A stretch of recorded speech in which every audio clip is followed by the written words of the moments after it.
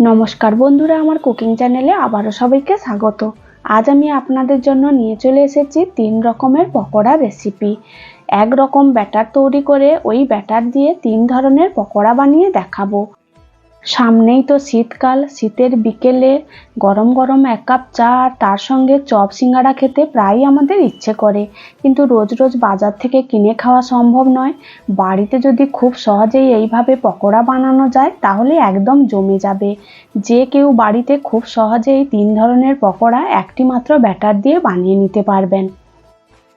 পকোড়া বানানোর জন্য প্রথমে আমি ব্যাটারটা তৈরি করে রেখে দেব।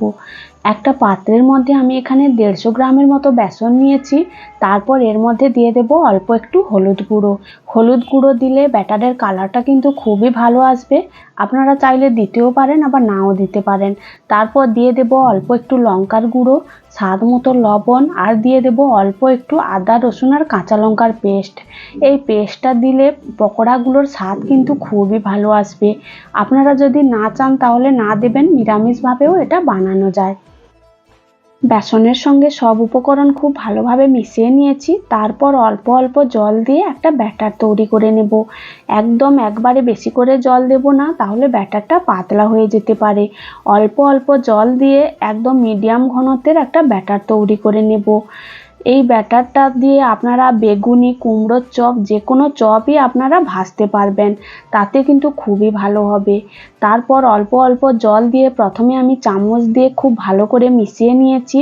তারপর হাত দিয়ে 2 থেকে 3 মিনিট খুব ভালো করে ফেটিয়ে নেব।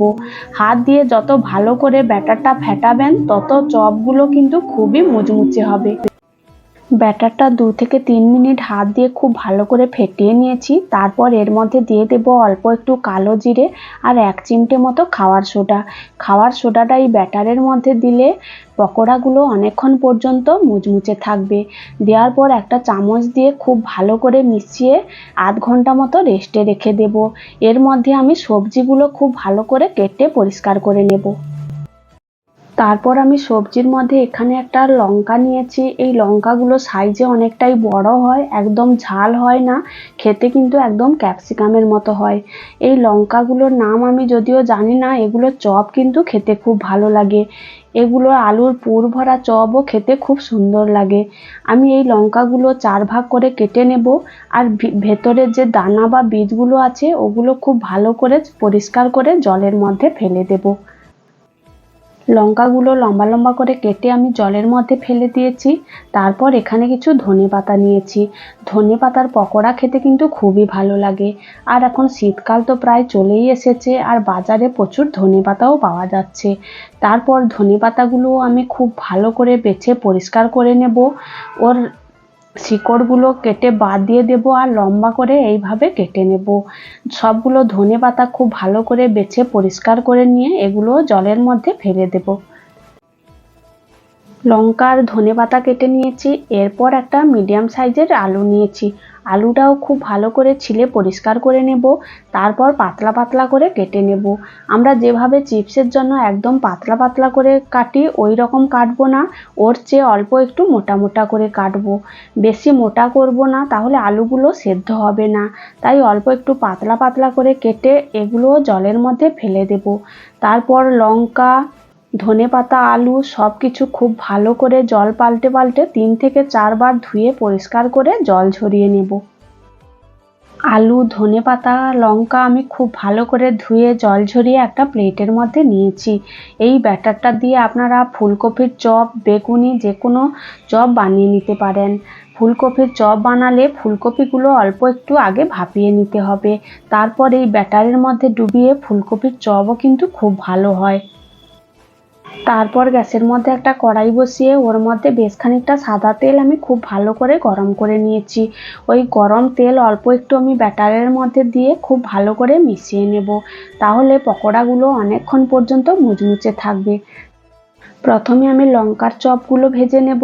ওই ব্যাটারের মধ্যে কেটে রাখা লঙ্কাগুলো এক এক করে ডুবিয়ে গরম তেলের মধ্যে ছেড়ে দেব। একদম লো টু মিডিয়াম আঁচে চপগুলো খুব ভালো করে লাল লাল করে ভেজে নিতে হবে। লঙ্কার চপগুলো এক এক করে ছেড়ে দিয়ে উল্টে পাল্টে 5 থেকে 6 মিনিট লো টু মিডিয়াম আঁচে খুব ভালো করে ভেজে নামিয়ে নেব। একদম লাল লাল মুচমুচে করে ভেজে নিতে হবে, আর ভেতরে লঙ্কাগুলোও খুব ভালোভাবে সিদ্ধ হয়ে যাবে। চপগুলো একদম লাল লাল হয়ে ভাজা হয়ে গেছে। এরপর আমি তেল ঝরিয়ে নামিয়ে নেব। প্রথমে আমি লঙ্কা চপগুলো ভেজে নিয়েছি, তারপর আমি ওই ব্যাটারের মধ্যে কেটে রাখা আলুগুলো এক এক করে ডুবিয়ে গরম তেলের মধ্যে ছেড়ে দেব। গ্যাসের ফ্লেমটা এবারেও একদম লোতে রাখতে হবে, না হলে ভেতরের আলুগুলো সেদ্ধ হবে না। লো টু মিডিয়াম আঁচে একটা একটা পকোড়া খুব ভালো করে ভেজে নিতে হবে।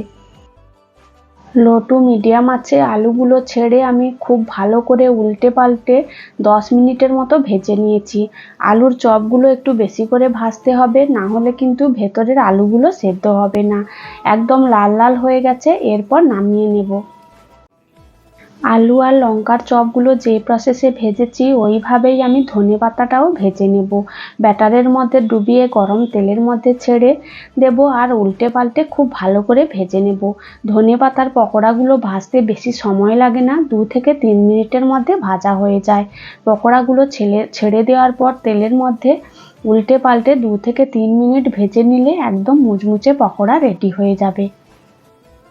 ধনেপাতার পকোড়াগুলো আমি উল্টে পাল্টে 2 থেকে 3 মিনিট খুব ভালো করে ভেজে নিয়েছি, একদম লাল লাল হয়ে গেছে। এরপর নামিয়ে নেব। নামিয়ে গরম গরম পরিবেশন করুন গরম গরম চায়ের সঙ্গে 3 রকমের পকোড়া। এগুলো মুড়ির সঙ্গে খেতেও কিন্তু খুবই ভালো লাগে। আপনারা চাইলে বাড়িতে খুব সহজে এইভাবে পকোড়া বানিয়ে নিতে পারেন। ভিডিওটি ভালো লাগলে লাইক, কমেন্ট, শেয়ার ও আমার চ্যানেলটা সাবস্ক্রাইব করে দেবেন।